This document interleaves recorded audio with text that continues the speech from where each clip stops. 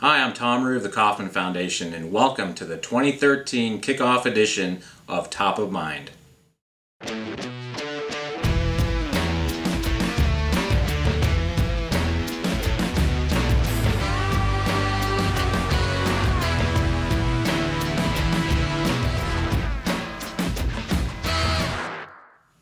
Welcome to the 2013 kickoff edition of Top of Mind.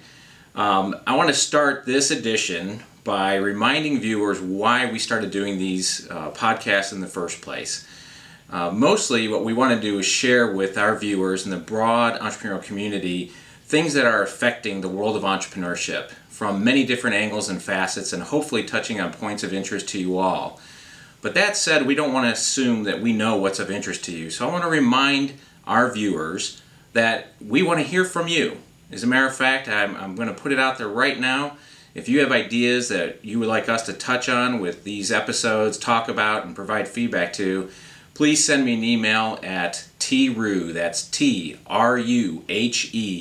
at Kauffman, Kauffman.org. Let me hear from you on topics, and we'll be sure to feature those in upcoming episodes. So for this episode, I really wanted to put out there three big ideas, some of which we touched on last year, but we're going to definitely continue bringing to viewers of interest this year. The first one was academia. You know, we had a whole episode dedicated to this last year on how the world of entrepreneurship education is changing, not only on college campuses, but third parties and new players and new entrants into the marketplace.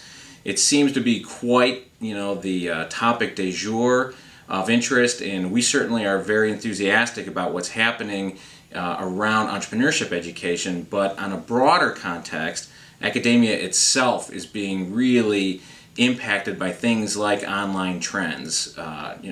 These courses that are not affiliated with a specific university, ones that are offering education in kind of an a la carte, just-in-time mode. We saw, I think, just the tip of the iceberg last year on new offerings like Udacity, Udemy, edX, but there'll be certainly many more to come, and you can rest assured that we'll stay on top of this. The one area of interest to us specifically in academia is around community colleges and how they are starting to serve as, we feel, kind of the center of regional ecosystems around entrepreneurship, and the practical focus that they have and the ability that they have to provide education and training to aspiring entrepreneurs. We've done some grants in this area for those of you who follow the grant work and history that we do. We've spoken to this topic at various national conferences, and we'll continue to do so for 2013. So stay tuned to good things coming in the world of academia.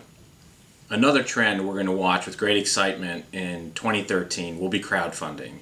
I mean, simply put, it doubled, in 2012 from the prior year.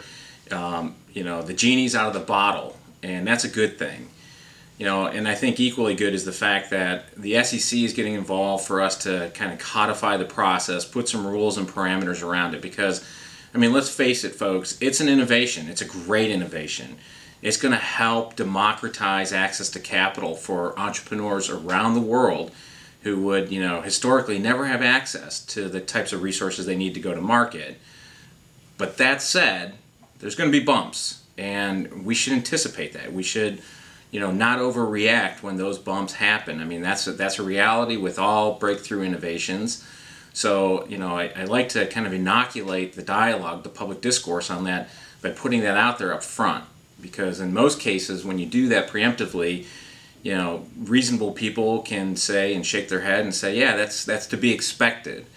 When you don't give that a little bit of a forethought, what happens is when the first thing happens, there can be a great overreaction that can then, thwart the growth and lessen the impact that it can have. So, let's expect some bumps along the way, but let's encourage this. And to the extent that you want to be heard on this, the public period, I believe, has been extended for comment. There's a lot of bright minds that are looking at this, but I think 2013 is going to be the big breakout year for crowdfunding, and the entrepreneurial community at large is going to benefit from it. So stay tuned, because in these episodes we will have updates on that. The third big thing that we're going to look at this year, and again, I want to give credit where it's due. It was the New York Times that really, I think, did a great job to articulate a growing problem in this country, and it pertains to kind of policy and practices around what is broadly described as economic development activities, and more loosely defined as border wars in economic development terms. And that is communities and states and counties and cities around the country that compete with one another to attract, and I would say attract is the polite word of saying steal, existing firms from one borderline to the next, in an effort to be able to take credit for or count jobs, or to be able to state that I've done something for economic development in our community.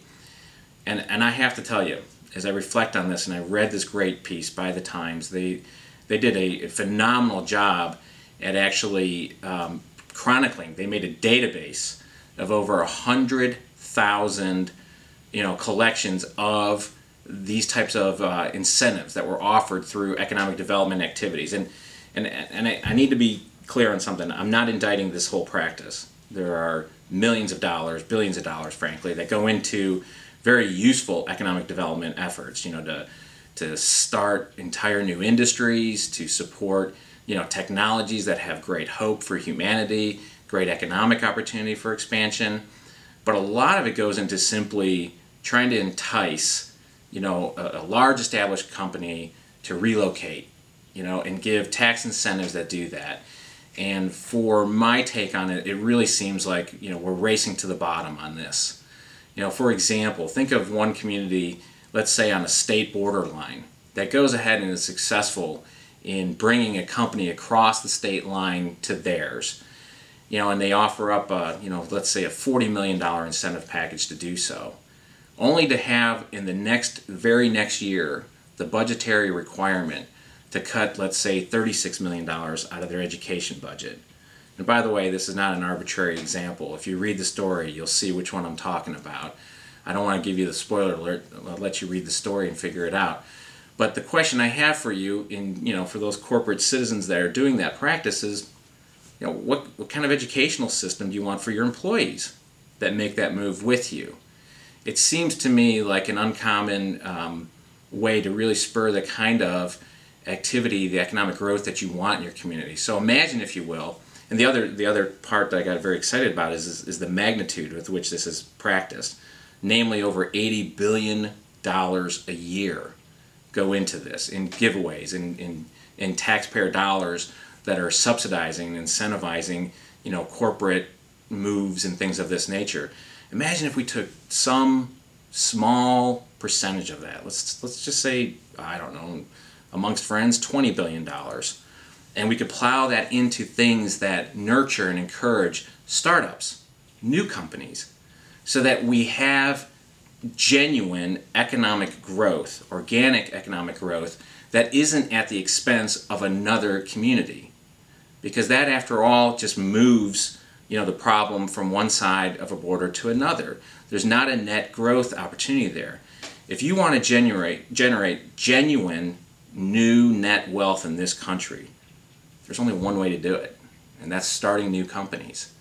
And we know, and we've published lots of data on this, that it is the startup activity, the new company formation, that create the bulk of the jobs in this country, that create that new tax base that we so desperately need.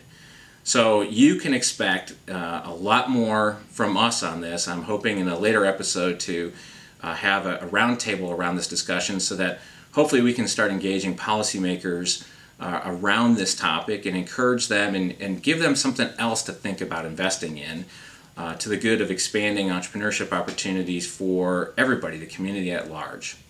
So those are the three big ideas for 2013. Of course, we'll cover many more in subsequent editions, but look for more stuff on academia, crowdfunding, and border wars. And as I said at the top of this episode, I want to hear from you. So please don't be shy. Go ahead and use my email address. Let us know. Feel free to contact anybody on staff. We want to make this as interactive with the community to the extent that you're willing to participate. So please feel free to jump in.